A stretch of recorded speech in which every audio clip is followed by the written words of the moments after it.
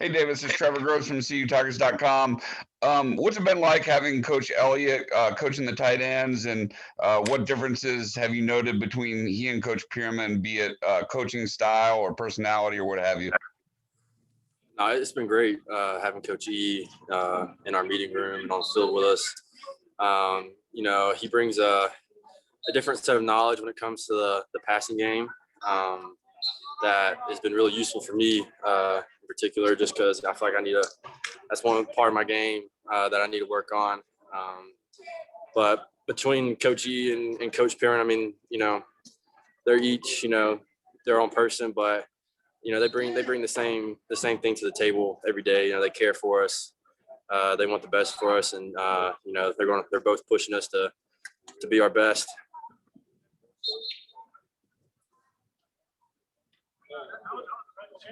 Davis, what are some of your impressions of Jake Brenningstool, and how much have you taken it upon yourself to kind of help him learn the position as he goes on? He's been great. Jake he just oozes with talent. He's a great route runner. He really understands the game. I think in general, him coming in as an early enrollee, I've been impressed with, just his basic understanding of the game. And, it's obviously a learning curve for him. Just, new offense and everything like that. And so, anything I can do to help, just, tips or, things that I do to help me remember different things, I'm telling him that. But overall, I've been really impressed with him. He brings a great attitude every day. He works hard. He's a really hard worker, both on the field and in the weight room. And he's going to be something special. Hey, Dave, this is Gary McDaniel from Clemson Sports News. Last year, you seemed to have a really good rapport and chemistry with Trevor and had a lot of reps with him. What is it like with DJ and starting to get that rapport and that chemistry between the two of you, where you guys can pretty much know what each other's going to do by a look on the field? Yeah, it's been great working with DJ.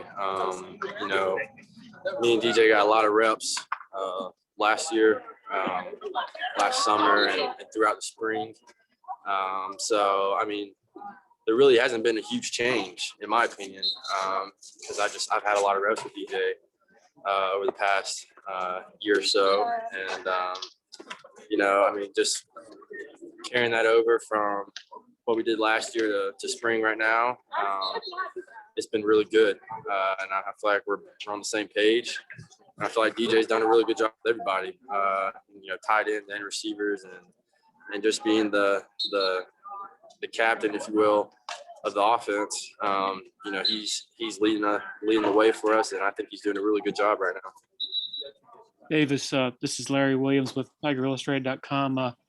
It really seems like through what you said at the beginning and from what Coach Elliott said to us recently, that the passing game, improving the tight ends in the passing game, is really a major focal point for him. Can you maybe specifically reflect on how you guys can get better in that area and sort of what sort of the upside is there? What the possibilities? Yeah, starting with technique and improving the basic things when it comes to route running. Coach E's really stressed, and we've even he's pulled out old practice footage of back in the day, different releases and what we need to do in this situation, and if we're pressed or if they're playing a zone coverage, what do we need to be expecting, and he likes to say he's adding tools to our tool belt right now, and that's just kind of what we're doing, just learn the basics and learning new techniques to help us. You and Braden were definitely, y'all were productive last year numbers wise, but I'm just curious, looking back as a tandem, particularly the second half of the year, what sort of, I guess, how do you evaluate sort of the progression last year and maybe how you can get better? Yeah, I think Braden had a really good year last year. He's a great leader. for the tight end room. And it was fun last year. I think we worked really well together. And I think, speaking for myself, I'm trying to improve in every aspect, every, run game, pass game, my footwork in the run, my footwork in the pass game, my hands, understanding what to do in certain situations. I'm trying to improve every little thing possible you can think of. I'm trying to get better at. And I think Braden's doing the same thing. This spring, we've really taken the time to tone in on the basics and the little details that are going to make us better. And that Coach E, says it's going to make us better. And I think, Braden and I have taken it to a whole level, and a whole new level. And I think, so is Jayla, and so is Sage, and so is Jake, and so is Will. We're all competing against each other, and it's making us better. And I think, we're close as brothers. Off the field, we're close, and I think that helps us on the field as well. And so I think, just we're improving in everything, every aspect, every tight end. We're all improving.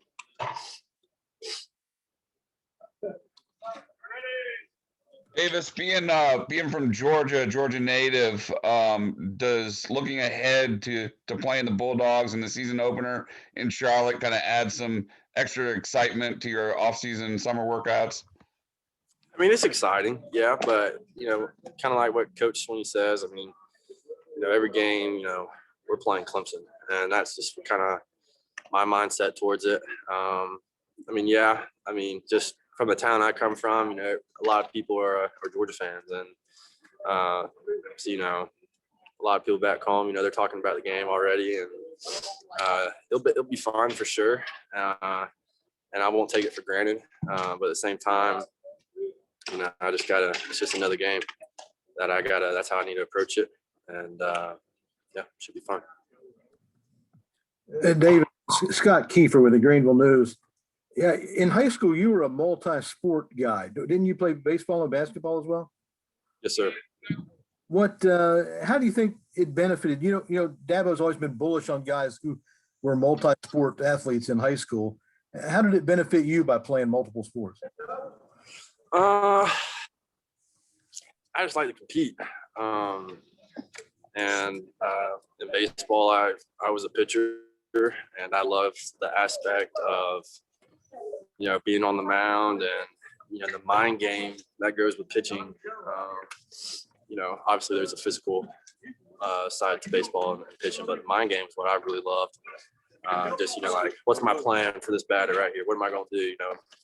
Is it going to be a fastball outside, start him off, or what's it going to be? And then, the next time it comes around, okay, what worked, what didn't work? I really like that. I love that part of the game. And basketball, for one, I did basketball to stay in shape.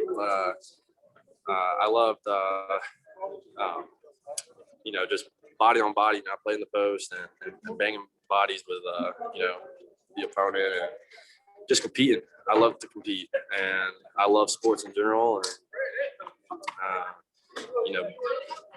just bringing that competitive side over to football. And I'd say that's probably the biggest thing. So. Thank you. Hey, it's David Hood. To kind of piggyback on what Scott was asking, you said about the mind game. What is the mind game at tight end? Do you stand there and look at the way that the safety pads are turned, which way they're shading you, that type of thing? Yeah, when it comes to tight end in my game, you gotta recognize the coverage. What are they initially starting in, and you gotta after the ball snapped, you gotta see, did they change coverages, and if they did, that might completely change what we do and the route that we do. And to the run game, you got to understand what front you're dealing with, and what are linebackers doing? Are they tight in the box? Are they wide? Are they tipping something? It's a safety tipping something that maybe they're bringing a blitz from the outside. Tight end wise, you really got to understand what the coverage is doing, or safeties or in the corners, what they're doing, and really what the front's doing as well. Hey, Davis, a question about one of your comrades right there in that tight end room. We got a chance the other day to watch you guys work out a little bit, and Sage Ennis kind of stood out while we were there. And not too many people talk about Sage. What can you tell us about Sage that we wouldn't know? He's a hard worker, and I'm sure you already know that. But yeah, he works hard. He's really strong in the weight room. He's fast. He's one of the fastest tight ends we have, and he's probably one of the strongest tight ends we have. And he's really understanding the offense this year.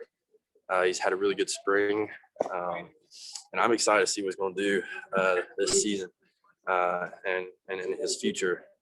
I really, really, truly believe that he's got a bright future.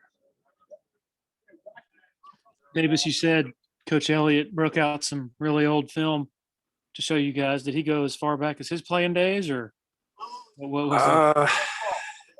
If I remember correctly, it was when Coach Sweeney was the receivers coach here, and I think it was like early 2000s. Whenever Coach Sweeney was wide receivers coach here, we were watching his drill tape. 2003 would have been when Coach Elliott played, by the way, FYI. So yeah, you might have seen him. What stuck out from that tape for you? I mean, we were just, watching how they were doing a drill about how to work different releases. And, if you're, pressed man or, if they're playing like a catch technique. And we were watching, footwork and, what to do with our hands. Anything else for Davis? Davis, Hey, go ahead, Larry. okay. Davis, the offensive line hasn't really been bashful about saying it kind of got beaten up in the bowl game. I'm wondering, do the tight ends sort of take a similar view of the difficulties at the point of attack, like as far as y'all's position group goes, blocking on the edge and stuff like that in that game? Just Yeah, curious. definitely. Yeah, I mean, we sat down and we got whipped, and we weren't proud of that, and we sat down and looked at what we needed to correct, and we were just honest with ourselves, and we actually in our team meeting today we were talking about humility, and winners are humble, and we were humble, and we got humbled, and we know what we need to work on, and what got exposed, and we're gonna put our work boots back on, and we're gonna go get better at those things, and also get better at every other aspect that Tigers have to do.